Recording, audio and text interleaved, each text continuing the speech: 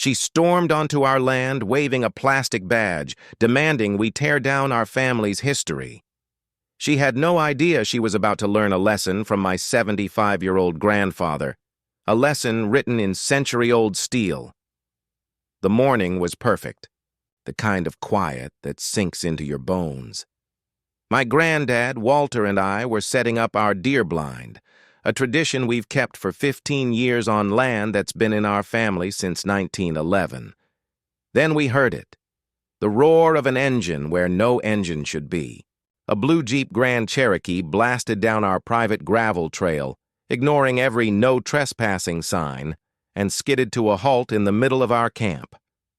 A woman in a power suit, who we'd later learn was Becky Lamont, vice president of an HOA 2 ridges over, stepped out clutching a clipboard. Becky, shrieking, "You people need to remove these illegal structures immediately. This is a direct violation of community aesthetic standards." She waved a wobbly plastic badge at my granddad like it was a holy relic.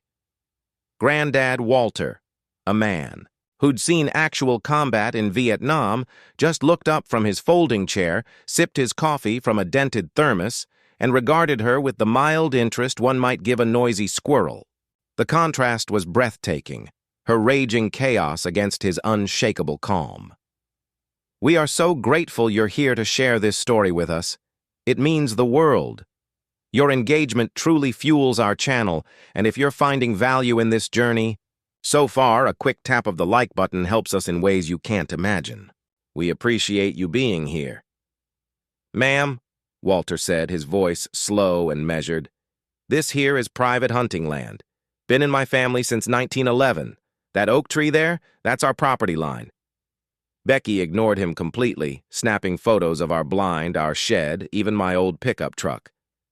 "I don't see any official HOA approval," she declared. "According to our extended buffer zone regulations, this entire area falls under our jurisdiction."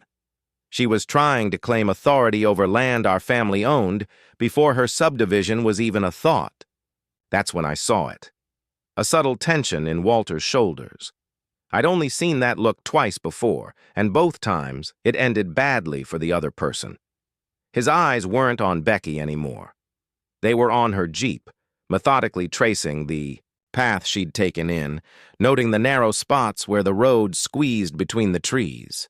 Then his gaze flickered to the old tool shed.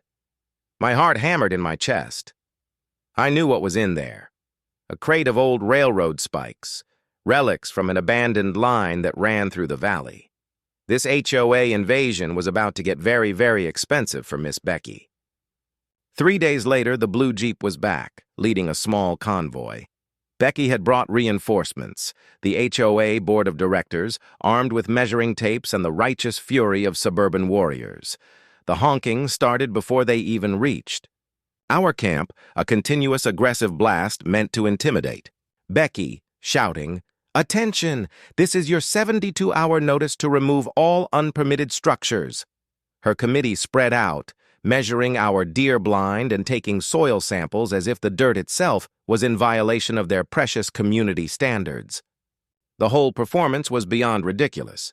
But while Becky was assembling her suburban army, Granddad had been busy making what he called road improvements. That morning, I'd watched him carefully place a single sharpened railroad spike at the tightest curve on the exit trail. Not blocking the path, that would be illegal, just improving it. A little reminder for someone driving too fast and too angry. Walter, calmly holding up a folder. "Ma'am, I told you, this is private property. Your association has zero authority here. Here are the county deed, survey maps, and tax records going back a century.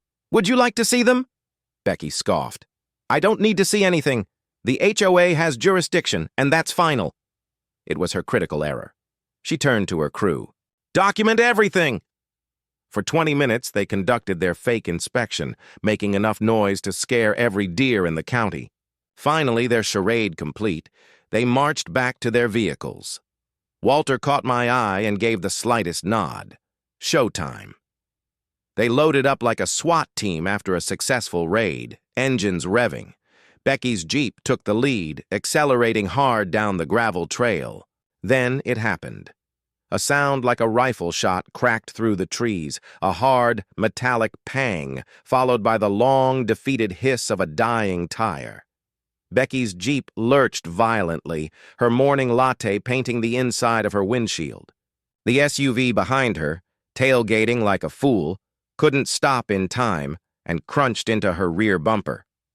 The sudden chaos was magnificent.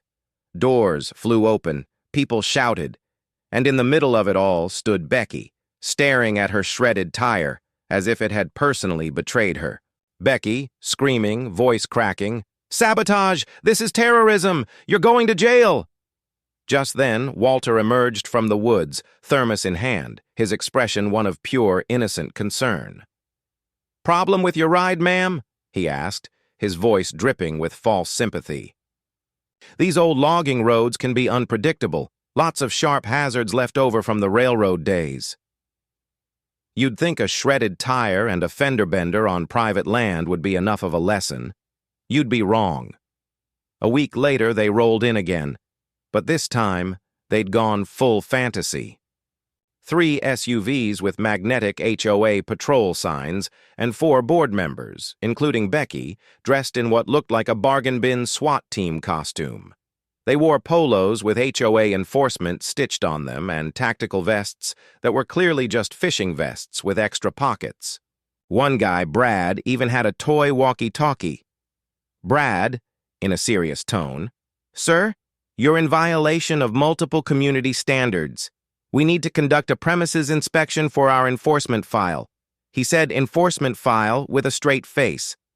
Walter looked up from checking a trail camera, a faint smile playing on his lips. Walter, perfectly deadpan. "Officers, I'd be happy to cooperate with any legitimate law enforcement. Could I see your jurisdiction paperwork and your badges of authority?" The question hit them like a physical blow. These grown men, playing dress-up in the woods, suddenly looked like kids caught in their dad's closet. Becky waved her clipboard, but the man named Brad fumbled with his plastic badge. That's when we heard another vehicle. It was Deputy Carl, a local kid who knew these woods and our property lines by heart. He'd likely been called by a neighbor who saw the ridiculous convoy and knew some entertainment was about to unfold. Carl took one look at the cosplay convention in our camp, and I saw his professional concern melt into barely contained amusement. Deputy Carl. "Afternoon, Walter.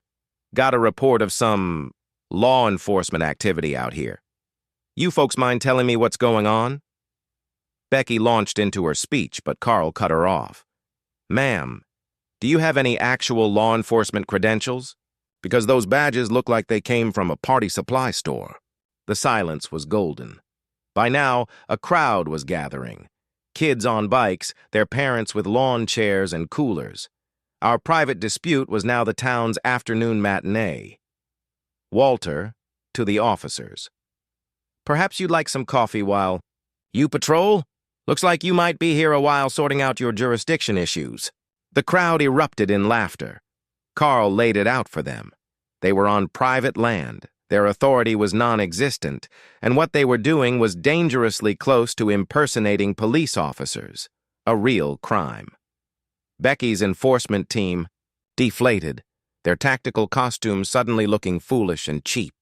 They retreated in humiliation, but not before Becky shot us one last look of pure hatred. "This isn't over," she hissed. "Next time I'm bringing real enforcement." News of the HOA cops incident spread through the county like wildfire. By the next HOA meeting, the community center was packed. It wasn't just homeowners. It was farmers, business owners, and teenagers who'd seen the videos and came for the live-action drama. Walter and I walked in, and he was carrying a folder thick enough to stop a bullet. Becky, sitting at the head table, saw us, and her face turned a shade of purple that violated every color standard imaginable. "Becky, this is a private meeting. Non-residents are not permitted." But a retired lawyer in the crowd, Jim Patterson, quickly corrected her. According to county regulations, any meeting discussing actions that affect non-member property had to be open to them. The room murmured in approval. The show was on. Walter stood up, his deliberate calm silencing the room. "Ma'am," he began, "I'm here because you've been trespassing, making false claims, and training a fake enforcement team to harass private landowners. I thought this community might like to see the actual legal facts." What followed was the most methodical, brutal, and quiet takedown I've ever witnessed. Walter didn't raise his voice.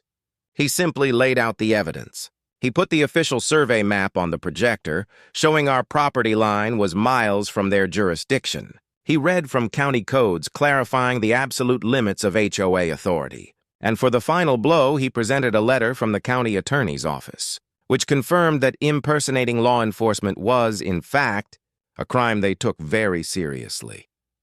The mood in the room shifted from tension to embarrassment, then to anger, directed squarely at Becky. Becky, shrieking, "These are lies! I am the HO! I decide what's legal!" She slammed her hand on the table, but it was too late. Her support had evaporated. Jim Patterson stood again, calmly explaining that Becky's actions had exposed the HOA to massive legal liability and their insurance wouldn't cover it. Board members began to distance themselves. Homeowners demanded accountability. The vote to remove Becky from her position was 8-1. Her reign was over. As the meeting broke up, she cornered Walter near the exit, her face a mask of rage. "This isn't over, old man," she hissed, her voice a low, venomous whisper.